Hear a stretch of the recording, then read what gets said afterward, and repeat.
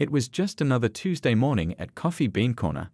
The small shop buzzed with the usual crowd, students typing furiously on laptops, business people taking quick breaks, and locals catching up over steaming cups.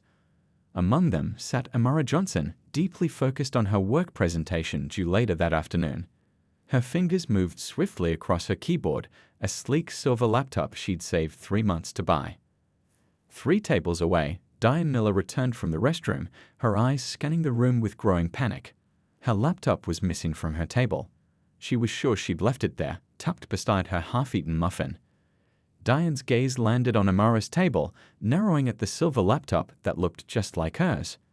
Without hesitation, Diane marched over, her face flushed with anger. "Excuse me, but that's my laptop you're using," she announced loudly, causing several heads to turn. Amara looked up, confused. "I'm sorry?" "My laptop.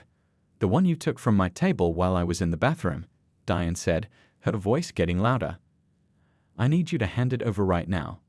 Amara's expression shifted from confusion to disbelief. "This is my computer. I've been sitting here for over an hour." The cave grew quieter as more people began watching the exchange. Diane crossed her arms. "Do you really expect me to believe that? I know what my laptop looks like." "I understand there might be confusion," Amara replied calmly, though her heart raced. "These laptops all look similar, but this one is definitely mine." "Right," Diane scoffed, glancing around at the onlookers as if inviting them to share her skepticism.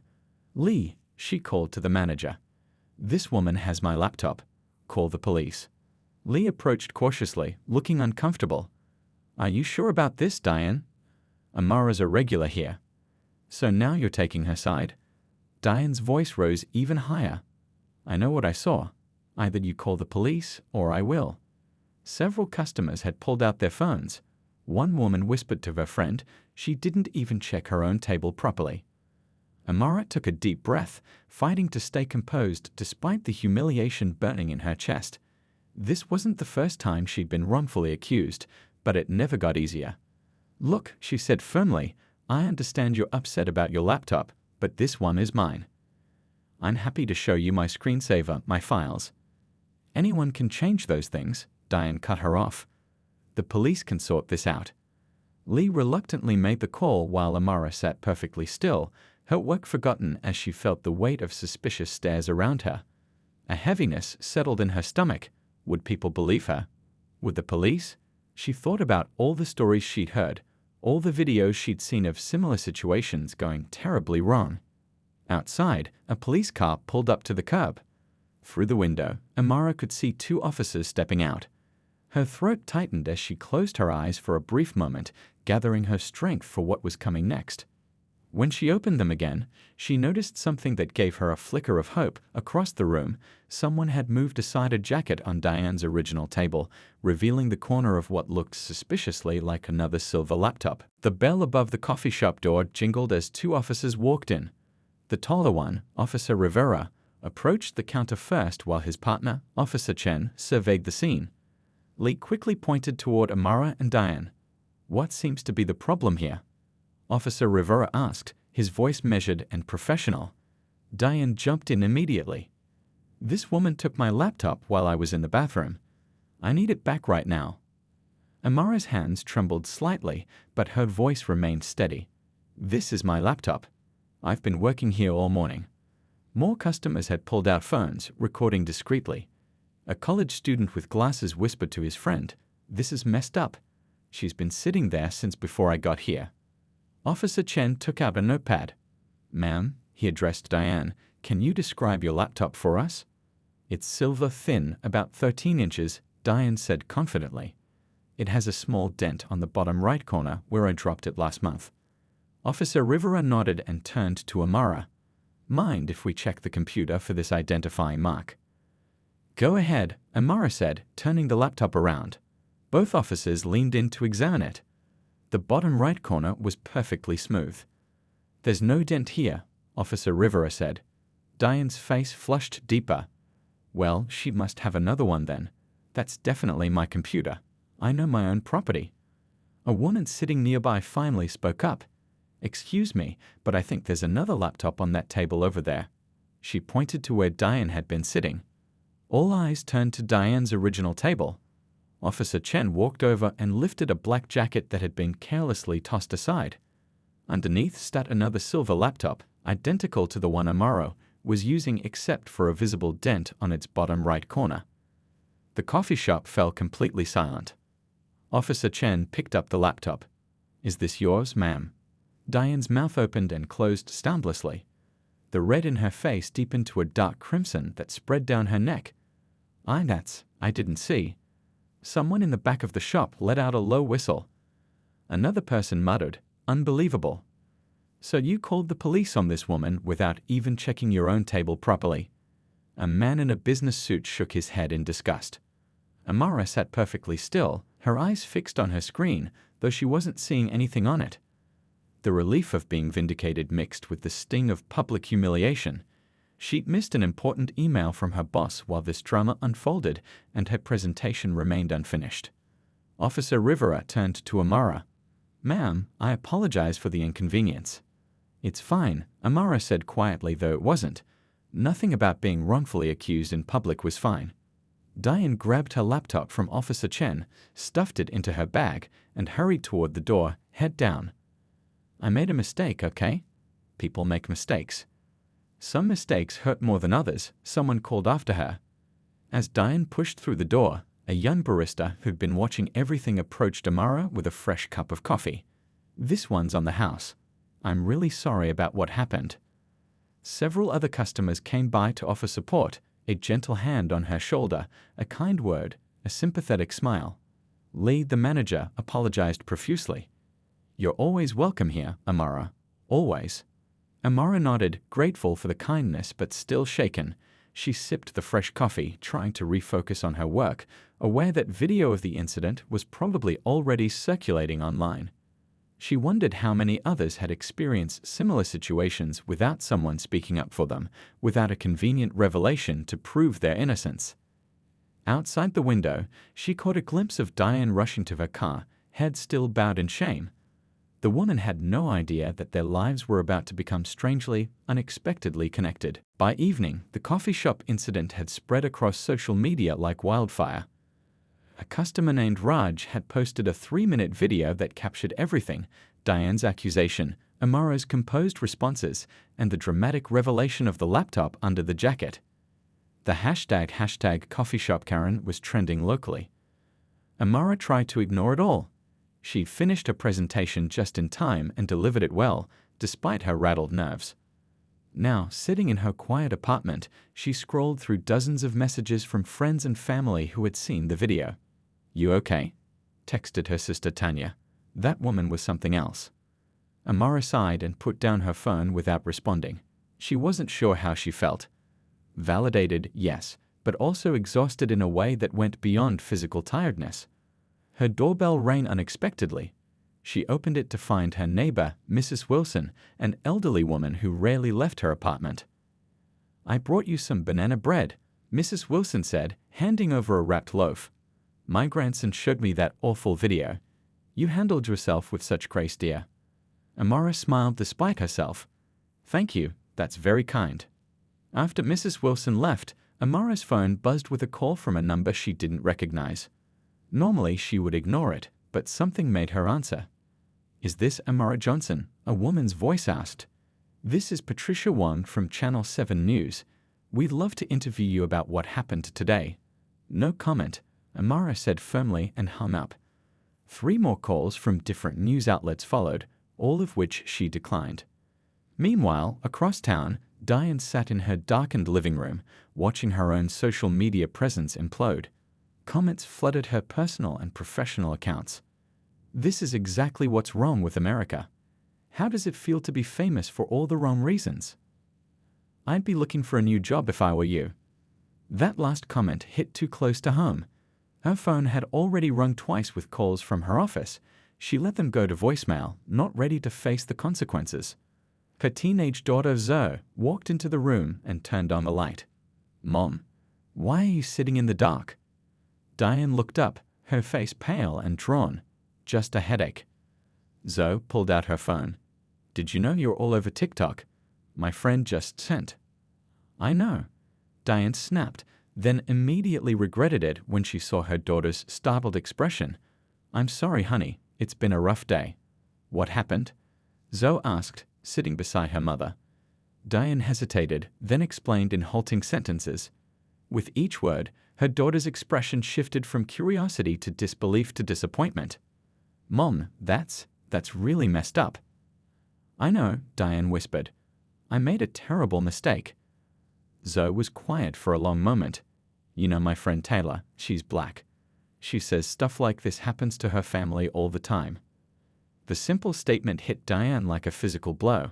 She'd never thought about it that way before, never had to. Her phone buzzed with an email notification from her boss. We need to discuss recent events. Meeting tomorrow, 9 a.m. Across the city, Amara was finally settling down with a cup of tea when her laptop pinged with a new email. The subject line made her sit up straight. Westside Community Center funding approval.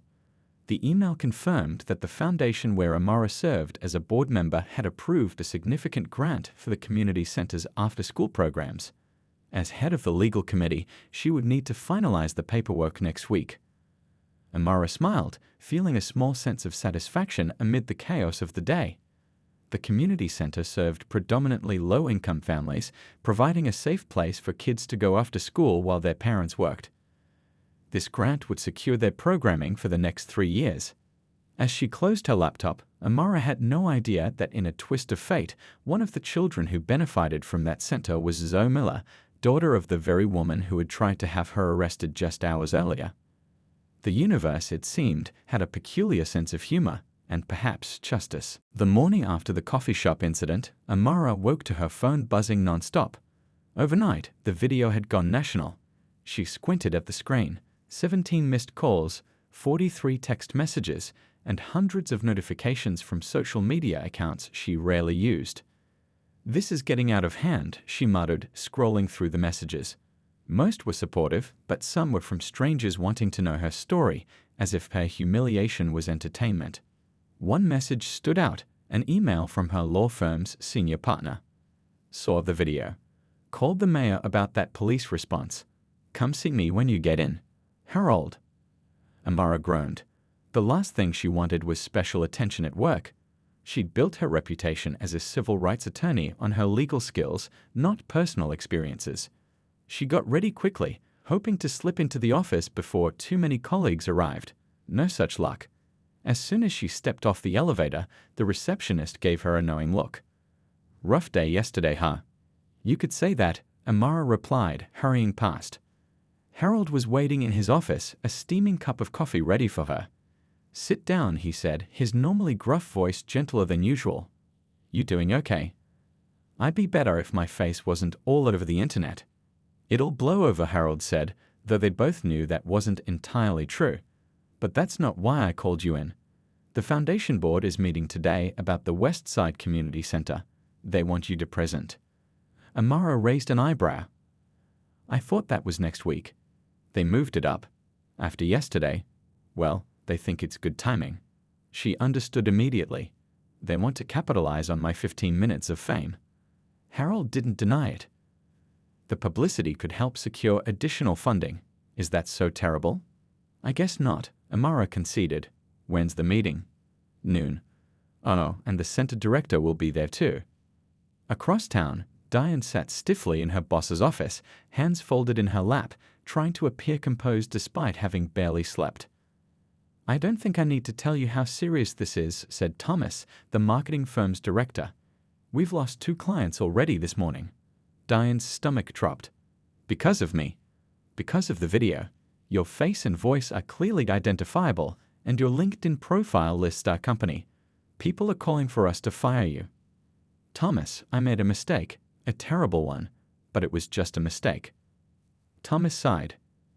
Diane, we're a marketing company. Public perception is everything. The board is meeting this afternoon to discuss the situation. She knew what that meant. So unfired. We're placing you on leave, effective immediately. Clean out your desk. Security will escort you out. Humiliated for the second time in 24 hours, Diane packed her belongings into a cardboard box while co-workers pretended not to watch. Her team member Alicia, whom she'd worked with for years, didn't even meet her eyes. As she walked to her car, Diane's phone buzzed with a text from Zoe. "Mom, Miss Bennett wants to talk to you after you pick me up." Great. Now even her daughter's after-school program coordinators wanted to discuss the incident. The day couldn't get worse. But it could. When Diane arrived at the Westside Community Center that afternoon, the lobby was buzzing with excitement. A banner hung on the wall. "Thank you, Riverside Foundation." Staff members were setting up refreshments in the community room. "What's going on?" Diane asked the front desk volunteer. "The foundation that approved our new funding is here. The board members are meeting with Director Bennett right now. They're announcing a 3-year grant." Diane nodded absently, relieved that at least Miss Bennett probably wanted to discuss something routine about Zoe, not the viral video. She took a seat in the waiting area, scrolling through job listings on her phone. Might as well get started on the hunt. The door to the conference room opened and voices spilled out. Diane looked up automatically. Time seemed to stop. Walking out of the conference room, shaking hands with Miss Bennett, was Amara Johnson, the very woman Diane had accused of theft just yesterday. Their eyes met across the lobby. Amara froze mid-sentence. Miss Bennett, following her gaze, spotted Diane and gave a small, confused wave. "Ms. Miller." "Perfect timing. We've just finished the meeting." "Actually, there's someone here I'd like you to meet." Miss Bennett gestured for Diane to approach. "This is Amara Johnson from the Riverside Foundation. She's the one who championed our grant application." Diane stood on shaky legs, feeling like she might faint. The universe couldn't possibly be this cruel. But it was. And now she was face to face with the woman whose life she disrupted, who now, through some cosmic joke, held influence over a program vital to her daughter's well-being. The community center lobby seemed to shrink around them. Diane's face drained of color as Miss Bennett continued the introduction, oblivious to the tension crackling between the two women. "Amara's legal team has been instrumental in securing this grant. We're so fortunate to have the Foundation's support." Miss Bennett beamed, looking back and forth between them. "Do you two know each other already?" Amara recovered first. "We've met," she said simply, her expression unreadable. Diane couldn't find her voice. Her mind raced through possible responses, each sounding more pathetic than the last. Should she pretend nothing had happened? Apologize right there in front of everyone? Run away? Before she could decide, Zoe bounded into the lobby from the recreation room, backpack swinging. "Mom, did you hear about the grant? They're getting new computers for the homework center." Zoe stopped short when she saw the adults' expressions. Her eyes widened as she recognized Amara from the video that had been circulating among the center's teenagers. "Wait, you're the lady from the coffee shop," Zoe blurted out. "The one my mom." "Zoe, please go wait in the car," Diane interrupted desperately. "I need to speak with Miss Bennett and Miss Johnson." Miss Bennett's smile had faded, replaced by confusion. "What's going on?" Amara took a deep breath. "Ms. Miller and I had an unfortunate encounter yesterday. It went viral online." Her voice remained calm, professional, though Diane could detect an undercurrent of tension. Recognition dawned on Miss Bennett's face. Oh my goodness." She looked at Diane with new eyes. "You're the woman from that video." Diane wanted the floor to open up and swallow her whole. "Yes," she admitted, her voice barely audible. "That was me." An awkward silence fell over the lobby. Other parents picking up their children began to notice the tense scene, a few whispering behind their hands. "Perhaps we should continue this conversation in private," Amara suggested, gesturing toward the now empty conference room. Miss Bennett nodded gratefully. "Yes, good idea. Zoe, why don't you join Tanish's craft group for a few minutes?" Zoe hesitated, looking worriedly at her mother. "Go ahead, honey," Diane said softly. "It's okay." Once inside the conference room, Diane couldn't hold back any longer. "I am so sorry," she began, her voice cracking. "What I did was inexcusable. I jumped to conclusions and I humiliated you publicly." Amara sat down at the table, her movements deliberate. "Yes, you did. I've lost my job," Diane continued. "Not that I'm asking for sympathy. I deserved it." "Your actions had consequences," Amara agreed. "As they should." Miss Bennett looked between them, clearly uncomfortable. I had no idea about any of this when I arranged the meeting. Our center serves over 200 families, and Ms. Miller's daughter has been with us for 3 years. The grant has nothing to do with Ms. Miller or her daughter, Amara clarified. The foundation approved it based on the center's excellent programming and community impact. Diane stared down at her hands. Will the foundation reconsider the grant because of my association with the center? It was the question hanging in the air. Would Amara use her influence to punish the center because of Diane's actions? Amara's expression softened slightly. The actions of one parent don't negate the center's value to this community. The grant stands. Miss Bennett exhaled in relief, but Amara wasn't finished. However, I think it's important for you to understand exactly what happened yesterday from my perspective. She turned fully toward Diane. Do you know how many times I've been followed in stores? How many times I've been asked if I belong in my own office building? Yesterday wasn't an isolated incident for me. It was just the first time someone recorded it. Diane listened, really listened, feeling the weight of Amara's words sink in. Not just what she was saying, but what it revealed about a reality Diane had never had to consider. I don't know what to say, Diane admitted, except that I'm truly sorry and I want to do better. That's a start, Amara said. But words are easy. Actions matter more. Miss Bennett, who had been quiet, suddenly straightened. You know, we're always looking for volunteers for our community dialogue program. Parents from different backgrounds discussing issues that affect our kids. Both women turned to look at her. Maybe, Miss Bennett continued carefully, this unfortunate situation could become something constructive, if you both were willing. Diane glanced at Amara, not daring to hope for such an opportunity. I would be more than willing. But I understand completely if Ms. Johnson wants nothing to do with me. Amara was quiet for a long moment. I'll think about it, she finally said, standing to leave. That's all I can promise right now. As Amara walked out, Diane realized something important had just happened. Not forgiveness, it was too soon for that, but a door left slightly open. And for now, that was enough. 2 weeks passed before Amara finally called the community center. She'd thought long and hard about Miss Bennett's suggestion, weighing her own emotional energy against the potential good that might come from the uncomfortable conversations ahead. Hello, Miss Bennett, it's Amara Johnson. About that community dialogue program. That's how Amara found herself walking into the center's multipurpose room on a Wednesday evening, stomach knotted with apprehension. 6 parents were already seated in a circle of chairs, Diane among them. When their eyes met, Diane gave a small, nervous nod. Welcome, everyone, Miss Bennett began once Amara had taken a seat. Tonight is our first session of Building Bridges, a space for honest conversation about issues affecting our community. Let's start with introductions. Each parent spoke briefly. A Puerto Rican father worried about his son facing language barriers. A single mom working 2 jobs. A grandfather raising his grandchildren. An Asian American couple new to the neighborhood. And Diane, who simply said, I'm Zoe's mom, and I'm here to listen and learn. When Amara's turn came, she took a deep breath. I'm Amara Johnson, an attorney with the Riverside Foundation. I don't have children, but I care deeply about creating a more just society for all children. Miss Bennett nodded encouragingly. Thank you all for being here. Tonight's topic is assumptions and perceptions. We all make judgments based on limited information. Sometimes those judgments harm others, even when that's not our intention. The room grew quiet. Everyone knew why this topic had been chosen. Would anyone like to start? Miss Bennett asked. To everyone's surprise, Diane raised her hand. I think I should, she said, her voice shaky but determined. Many of you probably saw the video of me accusing Ms. Johnson of stealing my laptop. Heads nodded around the circle. I've spent every day since then asking myself why I jumped to that conclusion. I've been telling myself I'm not prejudiced, that I would have done the same thing regardless of who was sitting there.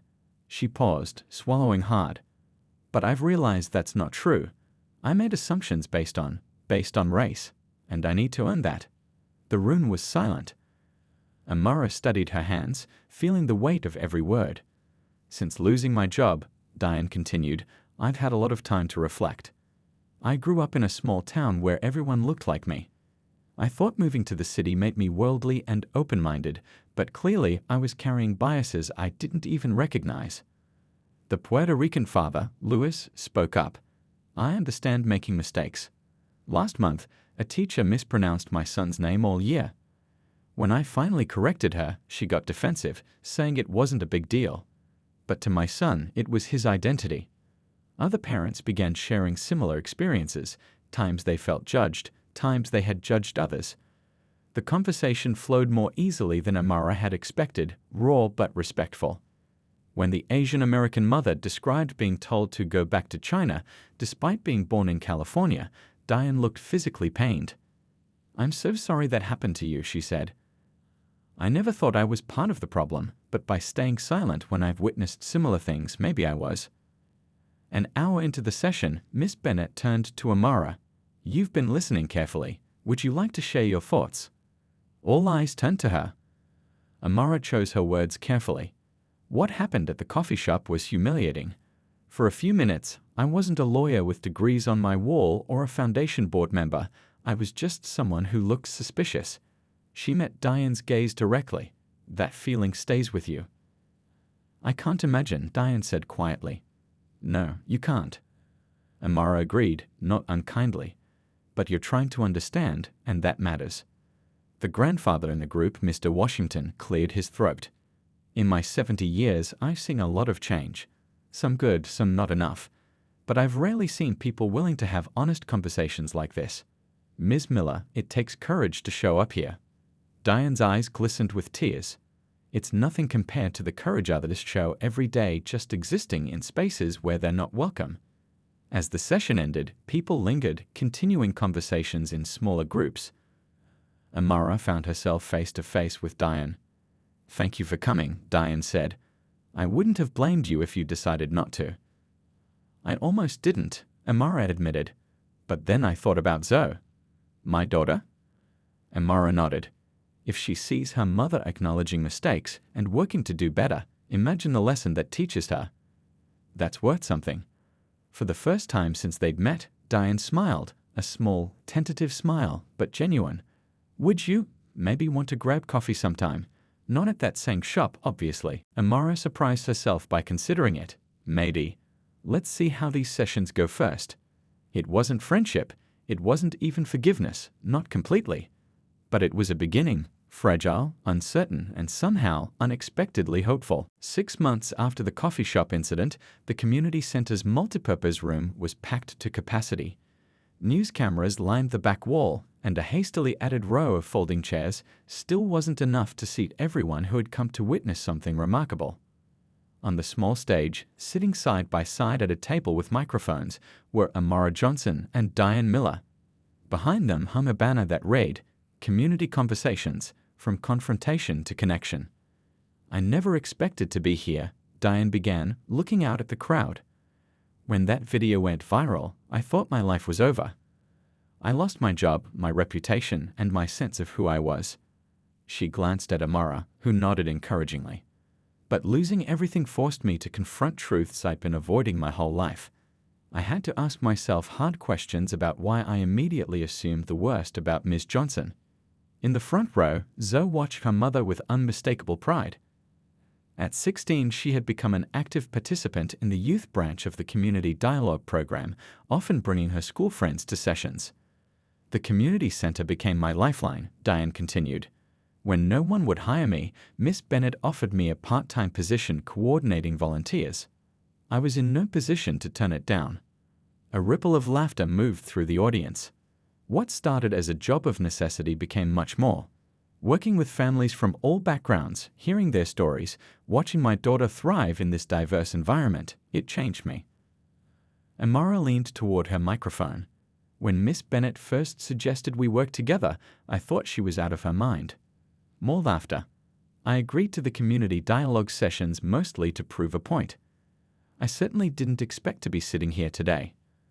A reporter raised her hand. "Ms. Johnson, many people would say you had no obligation to engage with someone who had racially profiled you. Why did you?" Amara considered the question carefully. "You're right. I had no obligation. and for many people in similar situations, walking away is the right choice for their well-being. But I'm a civil rights attorney. I've spent my career believing in the possibility of change. She turned toward Diane, and I've seen that change happen firsthand. Over the months, the two women had moved from cautious workshop participants to unlikely collaborators. Their shared presentation, the incident, and what came after, had been delivered at 3 local schools before catching the attention of the media. The hardest part, Diane admitted to another question, was accepting that I couldn't just apologize once and be done. Real amends meant committing to ongoing work, accepting criticism without getting defensive, and understanding that trust has to be rebuilt over time. From the audience, Mr. Washington raised his hand. I've watched this journey unfold from the beginning. What would you say to people who think this kind of reconciliation isn't possible in today's polarized world? The women exchanged glances, silently deciding who would answer. It isn't easy, Amara said finally, and it isn't always possible. But when someone is genuinely willing to acknowledge harm and commit to change, not just with words but with actions, it creates possibility. And, Diane added, it requires the privileged person to do the heavy lifting. Amara didn't owe me her time or emotional energy. She chose to engage because she saw potential value for the community, not because I deserved her forgiveness. After the formal presentation ended, people lingered, forming small discussion groups throughout the room. Miss Bennett moved between them, her clipboard in hand, signing up new participants for the expanded dialogue program. In a quiet corner, Amara and Diane stood with Zoe and Harold, who had become one of the Foundation's most enthusiastic supporters of the community initiative. Did you ever imagine this outcome when you walked into that coffee shop 6 months ago? Harold asked. Not in a million years, Amara admitted. I was just trying to finish a presentation. And I was just looking for my laptop, Diane added with a self-deprecating smile.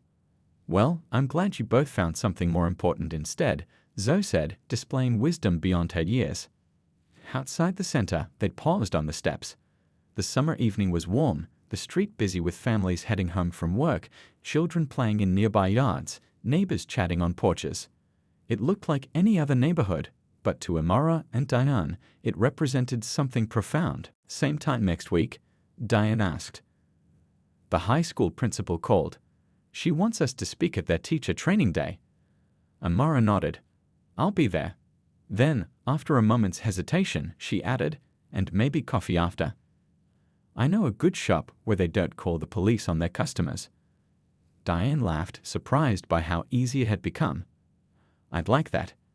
As they parted ways, both women carried with them the knowledge that what had started as a terrible moment captured on video had somehow, against all odds, become the first chapter of a much longer, more important story.